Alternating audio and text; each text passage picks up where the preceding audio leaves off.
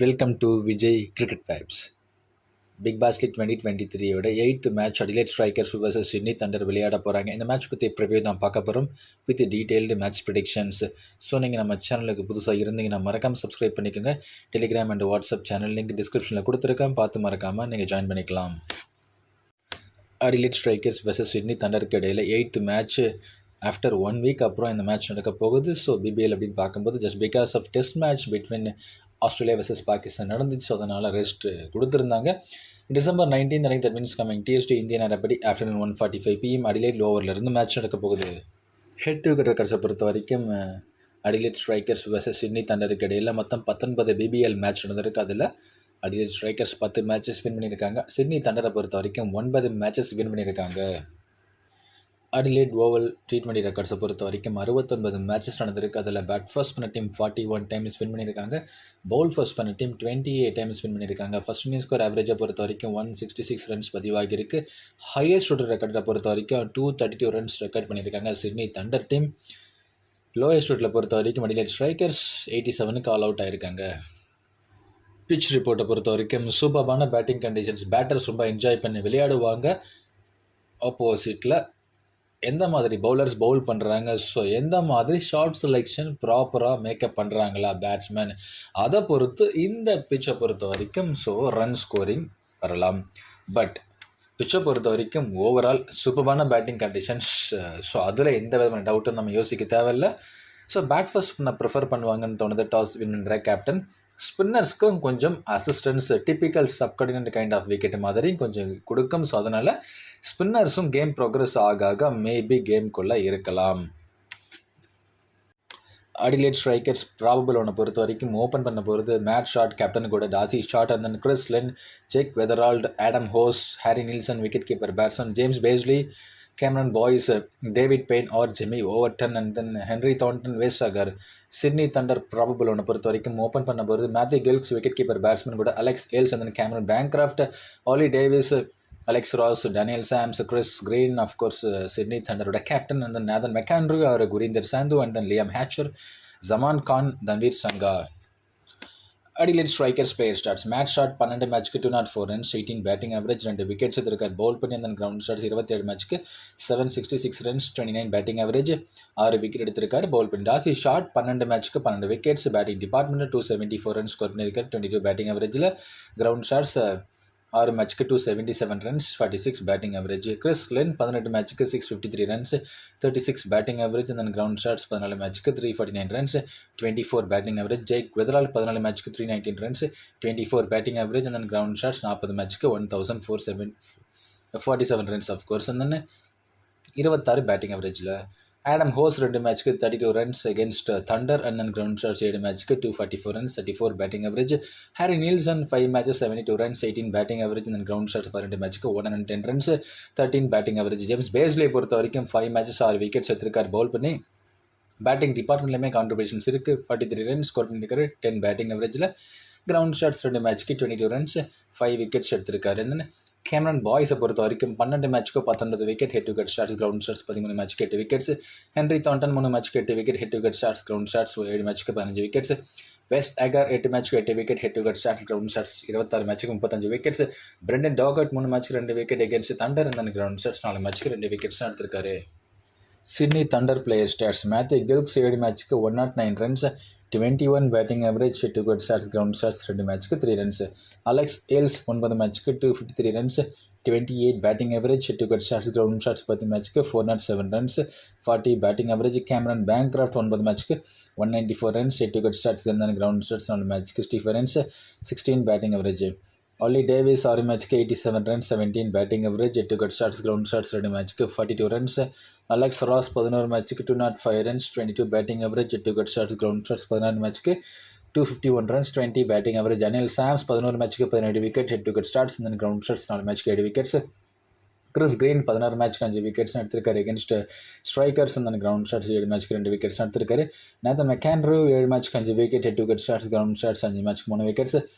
குரீந்தர் சாந்துவை பொறுத்த வரைக்கும் 9 மேட்ச்க்கு 9 wicket, head to head stats. அந்த கிரவுண்ட் ஸ்டார்ட்ஸ் 2 மேட்ச்க்கு 2 விக்கெட். லியம் ஹேச்சர் 3 மேட்ச்க்கு 4 விக்கெட் அகேன்ஸ்ட் ஸ்ட்ரைக்கர்ஸ். அந்த கிரவுண்ட் ஸ்டார்ட்ஸ் 2 மேட்ச்க்கு 2 விக்கெட்ஸ். தன்வீர் சங்கா 2 மேட்ச்க்கு 3 wicket against Adelaide strikers ground ஷாட்ஸை பொறுத்த வரைக்கும் சேம் டேட்டா தான் வச்சுருக்காரு. மேட்ச் ப்ரிடிக்ஷன்ஸ் வித் கிரானிக் டிப்ஸ்னு பார்க்கும்போது மேட்ச் ஷாட்டை பொறுத்த வரைக்கும் கண்டினியூஸாக மேட்ச் ப்ராக்டிஸ் இருந்துகிட்டு இருக்குது. ஸோ அதன் காரணமாக இந்தியன் கண்டிஷன்ஸில் அந்தளவுக்கு பெருசாக ஷைன் ஆகலை. பட் இருந்தாலும் அவங்க ஆஸ்திரேலியா கண்டிஷன் இப்படி பார்க்கும்போது கண்டிப்பாகவே அந்த பேட்டிங் ரிதம் கண்டிப்பாகவே இருக்கும் பட்சத்தில் நல்லா குட் ஸ்கோர் பண்ணுறதுக்கு வாய்ப்புகள் பார்க்கலாம். Match shot must pick. எப்படி இருந்தாலும் லெஃப்ட் ஹேண்டர் வேறு இருக்கார். ஈவன் டு ரைட் ஹேண்டர்ஸ் எகென்ஸ்டாக பார்த்தீங்கன்னா அரௌண்ட் ஸ்டம்ப் பவுல் பண்ணியிருக்காரு. மினிமம் 3 overs மேக்ஸிமம் 4 overs அப்படிங்கிறது மேட்ச் ஷாட்டை பொறுத்த வரைக்கும் கேரண்டியாக இருக்கும். அதன் காரணமாக மேட்ச் ஷாட் கண்டிப்பாகவே மஸ்ட் பிக். வைஸ் கேப்டன் இந்த கேப்டன் சாய்ஸ் அளவுக்கு ட்ரை பண்ணி பார்க்கலாம். டாசி ஷாட்டை பொறுத்த வரைக்கும் எக்ஸலண்ட் நம்பர்ஸ் இந்த அடிலேட் ஓவரில் பொறுத்த வரைக்கும் வச்சிருக்காரு. சேசிங்கில் கொஞ்சம் ப்ரிஃபர் பண்ணி பார்க்கலாம் in terms of vice captaincy. But பதவின்னு பார்க்கும்போது கேப்டன் அளவுக்கு பெருசு யோசிக்க முடியும். பிகாஸ் டாசி ஷாட்டை பொறுத்த வரைக்கும் ஒரு 3-4 வருஷத்துக்கு முன்னாடி சூப்பரான ஒரு பிளேயராக இருந்தார். அதன் காரணமாக தான் ஐபிஎல் ஆக்சுவலாக காலப்பும் கொடுத்தாங்க. பட் அதுக்கப்புறம் பெருசாக அந்த ஒரு வாய்ப்பை பயன்படுத்திக்காமல் போயிட்டார் டாசி ஷாட்டை பொறுத்த வரைக்கும். பட் அதுக்கப்புறமே ஈவன் பிபிஎல்லை பொறுத்த வரைக்குமே அந்த அளவுக்கு அவரோட கேலிபருக்கு விளையாடல. ஆக்சுவலாக லாஸ்ட் ஒரு 2-3 சீசன் நம்ம பார்த்துக்கிட்டு இருக்கோம். டாசி ஷாட்டை பொறுத்த வரைக்கும் பவுல் பண்ணுவாரா அப்படிங்கிறது தான் கொஞ்சம் யோசிக்க வேண்டியதாக இருக்குது. சப்போஸ் பவுல் பண்ணார்னா அதில் பை சான்ஸ் சமீபத்தில் கொஞ்சம் விக்கெட்ஸ்லாம் வேறு எடுத்திருக்காரு டொமஸ்டிக் கரியரை பொறுத்த வரைக்கும். ஒரு சில நம்பர்ஸ் நான் அப்படியே எடுத்து பார்த்துட்டு இருந்தேன். அப்படி பார்க்கும்போது டாசி ஷாட் பவுலிங்லேயுமே நல்ல ஒரு விக்கெட்ஸ் எடுத்திருக்காரு. அதன் காரணமாக யோசிக்க வேண்டியதாக இருக்குது. டாப் ஆர்டரில் கண்டிப்பாகவே ஷாட் 2 ஷாட்னா விளையாடுவாங்கன்ற மாதிரி தான் லாஸ்ட் மேட்சை பொறுத்த வரைக்கும் மழையால் பாதிக்கப்பட்ட மேட்ச்சில் ஜேசன் கில்லஸ்பி சொல்லியிருந்தார் ஆக்சுவலாக. Matthew Short and then of course Matt Short D'Arcy Short தான் ஓப்பன் பண்ணுவாங்க. டாஷ் ஷாட்டை பொறுத்த வரைக்கும் கண்டிப்பாகவே மஸ்ட் பிக்காக தான் யோசிக்கிறேன். பட் இருந்தாலும் ஃபார்ம் ஆக்சுவலாக பார்த்தீங்கன்னா பேட்டிங் டிபார்ட்மெண்ட்டில் அந்த அளவுக்கு பெருசாக யோசிக்க முடியல. பட் என்ன தான் இருந்தாலும் ஓரளவுக்கு டாப் ஆர்டர் பேட்டர், ஓரளவுக்கு ஸ்டார் பேட்டர் வேல்யூ கண்டிப்பாக இருக்குது. அது எப்பவுமே போகாது. பேட்டிங் கண்டிஷன் யோசிச்சு பார்க்கும்போது அந்த அடிலேடில் நல்ல ரெக்கார்டு வச்சுருக்காரு. அதன் காரணமாக சேசிங்கில் வேணால் அந்த ஒரு வைஸ் கேப்டன் சாய்ஸ் போகலாமே தவிர பட் பேட் ஃபர்ஸ்ட்டில் கொஞ்சம் யோசிக்க வேண்டியதாக இருக்குது. கிறிஸ் லைனை பொறுத்த வரைக்கும் பேட் ஃபர்ஸ்ட்டில் ஒரு சூப்பரான ஒரு சாய்ஸு. சேசிங்கில் கொஞ்சம் கஷ்டப்படுறதுக்கு வாய்ப்பு இருக்குது. கிறிஸ் லைனை பொறுத்த வரைக்கும் பேட் ஃபர்ஸ்ட்டில் கொஞ்சம் யோசிச்சு பார்க்கலாம். ஜேக் வெதரால்ட் அப்படின்னு பார்க்கும்போது சப்போஸ் ஃபார்ம்லாம் பெருசாக கிடையாதுங்க. ஆக்சுவலாக ஃபார்ம் எடுத்து பார்த்தீங்கன்னா ஜேக் வெதரால்டுமே அந்தளவுக்கு பெரிய அளவுக்குலாம் ஷைன் ஆகலை ஆக்சுவலாக. வெதரால்டை பொறுத்த வரைக்கும் ஒரு 3-4 மேட்ச்க்கு ஒரு மேட்ச் பெரிய பர்ஃபார்மன்ஸ் கொடுப்பாரு.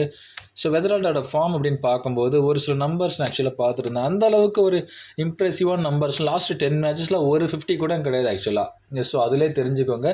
வேணும்னா பேட் ஃபர்ஸ்ட் பண்ணால் மட்டும் ப்ரிஃபர் பண்ணி பாருங்கள். ஈவன் கிறிஸ்லினுமே நான் இங்கே நான் பேட் ஃபர்ஸ்ட்டில் கொஞ்சம் ப்ரிஃபரபிள் ஆப்ஷனாக பார்க்குறேன். சேசிங்கில் கொஞ்சம் யோசிக்கிறேன் அப்படின்னு சொல்லியிருந்தேன். ஆக்சுவலாக கிறிஸ்லினுமே பார்த்தீங்கன்னா லாஸ்ட் ஒரு 8 to 10 மேட்ச் ரெக்கார்ட் எடுத்து பார்த்தீங்கன்னா ஒரே ஒரு மேட்ச் தான் 50+ ஸ்கோர் பண்ணியிருக்காரு லாஸ்ட் 10 இன்னிங்ஸில்.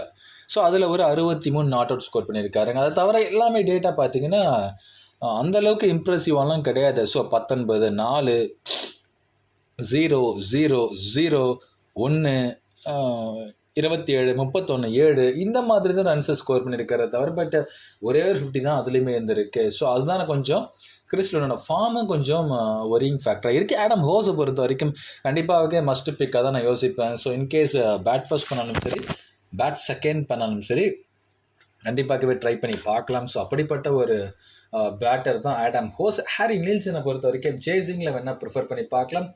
ஜேம்ஸ் பேஸ்லே கண்டிப்பாகவே மஸ்ட் பிக்.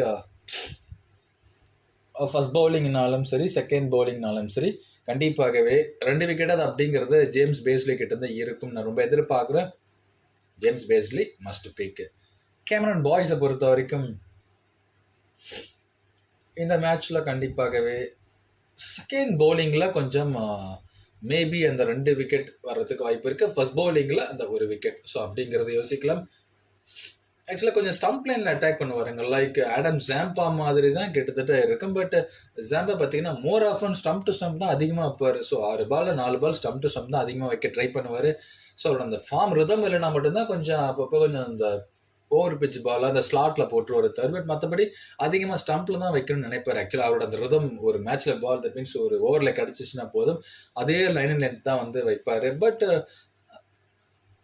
பாய்ஸை பொறுத்த வரைக்கும் கொஞ்சம் அழகாக தூக்கி போடுவார். கொஞ்சம் இவர் 4 பால் ஸ்டம்பில் வைக்கிறாருன்னா அவர் 2 இல்லை 3 பால் வந்து ஸ்டம்பில் வைக்க வைப்பார். ஸோ அதுதான் கொஞ்சம் பாய்ஸுக்கும் இல்லை ஆடம் ஜாம்பாக்கும் இருக்கிற ஒரு வித்தியாசம். கேமரன் பாய்ஸை பொறுத்த வரைக்கும் ஸோ செகண்ட் பவுலிங்கில் கொஞ்சம் யோசிச்சு பார்க்கலாம். பட் ரைட் ஹேண்டர்ஸாக இருக்கிறதுனால எகெயின்ஸ்ட் ஹேல்ஸ், பேங்க்ராஃப்ட், டேவிஸ், தென் ராஸ், சாம்ஸ் இருக்காங்க. ஸோ இப்படிப்பட்ட ரைட் ஹேண்டர்ஸ் இருக்கும் பட்சத்தில் அந்த ஒரு அடிலேட் கண்டிஷன்ஸுமே வர கொஞ்சம் சப்கான்டினென்ட் கைண்ட் ஆஃப் கண்டிஷன்ஸ் மாதிரி தான் இருக்குது. ஈவன் தான் பேட்டிங்க்கு நல்லா சூப்பராக சூட்டாக இருந்தாலும் லெக் ஸ்பின்னர்ஸ் இந்த மாதிரி பிட்ச்லாம் கொஞ்சம் விக்கெட்ஸ் இருப்பாங்க. அதாவது அந்த ஒரு விக்கெட் அப்படிங்கிறதாவது கண்டிப்பாக பாய்ஸ் கிட்டேருந்து வரும்னு எதிர்பார்க்குறேன். அந்த டேவிட் பெயினை பொறுத்த வரைக்கும் மஸ்ட் பிக்ங்க. ஆக்சுவலாக வைஸ் கேப்டன் சாய்ஸ்க்கு நான் பெயினை கண்டிப்பாகவே யோசிப்பேன். ஓவர் டென் சப்போஸ் இருந்தாருன்னா ஆக்சுவலாக நம்பர் 9 விட மாட்டார். அட்லீஸ்ட் நம்பர் 6க்காவது போவார்னு நினைக்கிறேன். நம்பர் 7க்காவது கண்டிப்பாக ஆடுறதுக்கு வாய்ப்பு இருக்குது. Jamie over 10 விளையாடினா. ஸோ கண்டிப்பாக யார் விளையாடுவாங்க அப்படிங்கிறத கொஞ்சம் டவுட்டாக இருக்குது. சப்போஸ் யார் விளையாடினாலும் நம்ம வந்து மஸ்ட் பிக்காக தான் யோசிச்சோம். ஹென்றி தாண்டனை பொறுத்த வரைக்கும் கண்ணை மூடி நம்ம வந்து must pick captain vice captain choice அளவுக்கு ட்ரை பண்ணிட்டு பார்க்கலாம். வேசகரை பொறுத்த வரைக்கும் must pick just because of first பவுலிங்கில் அந்த ஒரு விக்கெட், செகண்ட் பவுலிங்கில் 2+ விக்கெட்ஸ். ஸோ அப்படின்னு யோசிச்சு பார்க்கும்போது செகண்ட் பவுலிங்கில் அந்த ஒரு வைஸ் கேப்டன் அளவு கூட நம்ம வேசகரை பொறுத்த வரைக்கும் ட்ரை பண்ணி பார்க்கலாம். மேத்யூ கில்க்ஸ் அப்படின்னு பார்க்கும்போது ஸோ கண்டிப்பாகவே பேட் ஃபர்ஸ்ட்டில் ஓரளவுக்கு ப்ரிஃபரபிள் ஒரு ஆப்ஷனை பார்க்குறேன். When compared to bat second, Alex ஏல்ஸை பொறுத்த வரைக்கும் நம்பர்ஸ் சூப்பரான வச்சுருக்காருங்க ஆக்சுவலாக. பட் இருந்தாலும் ஃபார்ம் பார்த்தீங்கன்னா அந்த அளவுக்குலாம் ஒன்றுமே கிடையாது. ஆக்சுவலாக அலெக்ஸ் ஏல்ஸை பொறுத்த வரைக்கும் ஃபார்ம் நான் சொல்கிறேன். ஆக்சுவலாக கிட்டத்தட்ட லாஸ்ட் ஒரு 20 மேட்ச்சில் பார்த்தீங்கன்னா ஒரே ஒரு செஞ்சுரி ஸ்கோர் பண்ணியிருக்காருங்க. அந்த ஒரு டேட்டா தான் கொஞ்சம் பயமாக யோசிக்க வேண்டியதாக இருக்குது தவிர, பட் மற்றபடி நம்பர்ஸ் கொஞ்சம் ரொம்ப இம்ப்ரெசிவாக வச்சுருக்காரு ஆக்சுவலாக. ஸோ இவங்க அடிலேட்டில் பொறுத்த வரைக்கும் அலெக்ஸ் ஏல்ஸ் 10 மேட்ச்க்கு 407 ரன்களுமே ஸ்கோர் பண்ணியிருக்காரு. ஸோ இந்த மாதிரி டேட்டா ஒரு பக்கம் இருந்தாலும் ஸோ ஃபார்ம் நான் ஆக்சுவலாக சொல்கிறேன், நோட் பண்ணிக்கோங்க. அதாவது 16, 39, 9, 24, 15, 20, 8, 4, 2 முட்டை அண்ட் தென் 29, 39 இந்த மாதிரி தான் டேட்டா கிட்டத்தட்ட இருக்குது. இதில் 24 அண்ட் தென் 24, 8 இந்த மாதிரி தான் அதிகமாக ரன்ஸ் ஸ்கோர் பண்ணியிருக்காரு தவிர, பட் அதில் ஒரே ஒரு செஞ்சுரி இருக்குங்க. 119 ரன்ஸ் நாட் அவுட்டில் இருக்கார். ஸோ அந்த ஒரு டேட்டா கொஞ்சம் யோசிக்க வேண்டியது இருக்குது. பட் அது ஃபார்ம் ஆக்சுவலாக அந்த அளவுக்கு கிடையாது. ஸோ ரிட்டையர்மெண்ட் பெருசாக அறிவிச்சதுக்கப்புறம் ஸோ அந்த அளவுக்கு வந்து அலெக்ஸ் ஏல்ஸை பொறுத்த வரைக்கும் பெருசாக ஷைன் ஆகுறது கிடையாது. சும்மா நானும் அந்த ஸ்டார் வேலையை வச்சுக்கிட்டு ஸோ சும்மா ஊராக ஜாலியாக வந்து சுற்றி பார்த்துட்டு விளையாடிட்டு இருக்கா அப்படிங்கிற மாதிரி தான் ஹேல்ஸோட பேட்டிங் இருந்துகிட்ருக்கு. என்னை பொறுத்த வரைக்கும் சூப்பராக இருந்திருக்கலாம். ஸோ இங்கிலாந்து டீம் பொறுத்த வரைக்கும் பட் சொல்ல தேவையில்லை. ஸோ இப்போ பேசி ஒன்றும் ஆக போகிறதில்ல ஆக்சுவலாக அலெக்ஸ் ஏல்ஸ் விஷயத்தை அப்படின்னு பார்க்கும்போது. ஸோ அலெக்ஸ் ஏல்ஸ் ஸோ அந்த ஒரு பேட்டிங் ஒரிங் ஃபேக்டர் கொஞ்சம் யோசிக்க வேண்டியதாக இருக்குது. ஸோ அதனால அதை என்னை பொறுத்த வரைக்கும் யோசிக்க வேண்டியதாக இருக்குது தவிர, பட் மற்றபடி அதே நேரத்தில் ஆப்போசிட் லைனை பொறுத்த வரைக்கும் ஹென்றி தாண்டன் எக்ஸ்ட்ரா பேஸில் எக்ஸ்ட்ரா பவுன்ஸ் கொடுப்பாரு. அது கண்டிப்பாகவே ஹேல்ஸை கஷ்டப்படுத்தும். இது தவிர வேசாகர் இருக்கார் எக்ஸ்ட்ரா பவுன்ஸை க்ரியேட் பண்ணுறதுக்கு. பிகாஸ் இந்த ஹை ரிலைசிங் பாயிண்ட்லேருந்து விடும்போது தட் மீன்ஸ் அந்த ஒரு கஷ்டத்தையும் கொடுக்கலாம். ஆக்சுவலாக ஜேம்ஸ் பேஸ்லியை பொறுத்த வரைக்கும் கரெக்டாக அந்த 4th stump line 5th stump line தான் அதிகமாக வைப்பார். அதில் கொஞ்சம் அந்த 4 ஓவர் 28 ரன்கள் அந்த ஒரு விக்கெட் மினிமம் மேக்ஸிமம் 2 விக்கெட்ஸ் அப்படிங்கிறதுக்கு போகும். ஸோ அப்படி பார்க்கும்போது இந்த மாதிரி ஒரு லைனப்புக்கு எகெயின்ஸ்டாக ஸோ அலெக்ஸ் ஏல்ஸ் கொஞ்சம் அந்த கரெக்டாக எக்ஸிக்யூஷன் இருக்குமா. ஈவன் டேவிட் பெயின் வேறு இருக்கார். ஸோ அவங்க ஊருக்காரங்களே வேறு இருக்காங்க. ஸோ ஓவர் டன் இந்த மாதிரி விஷயம் பார்க்கும்போது அலெக்ஸ் ஏல்ஸ்க்கு எந்த அளவுக்கு பர்ஃபார்மன்ஸ் பவர்ஃபுல்லாக இருக்குமா அப்படிங்கிறது கொஞ்சம் $1 பில்லியன் கொஷினாக தான் நான் யோசிக்கிறேன்.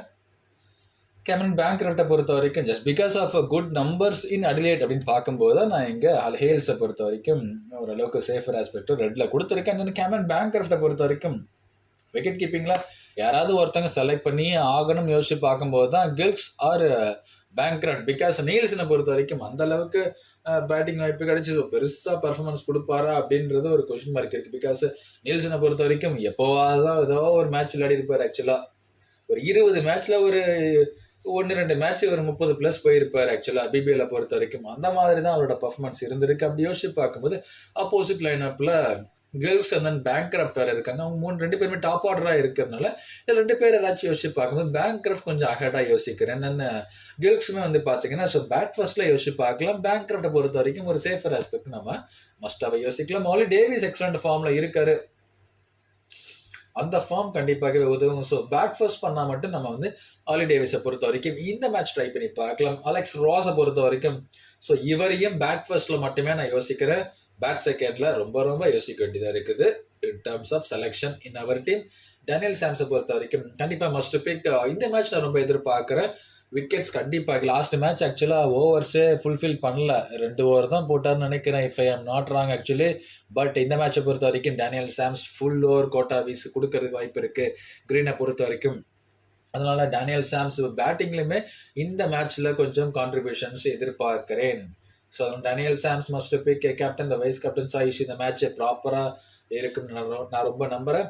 கிறிஸ் க்ரீனை பொறுத்த வரைக்கும் இந்த மேட்ச் வேணும்னா மேபி சேசிங்கில் கொஞ்சம் யோசிச்சு பாருங்க.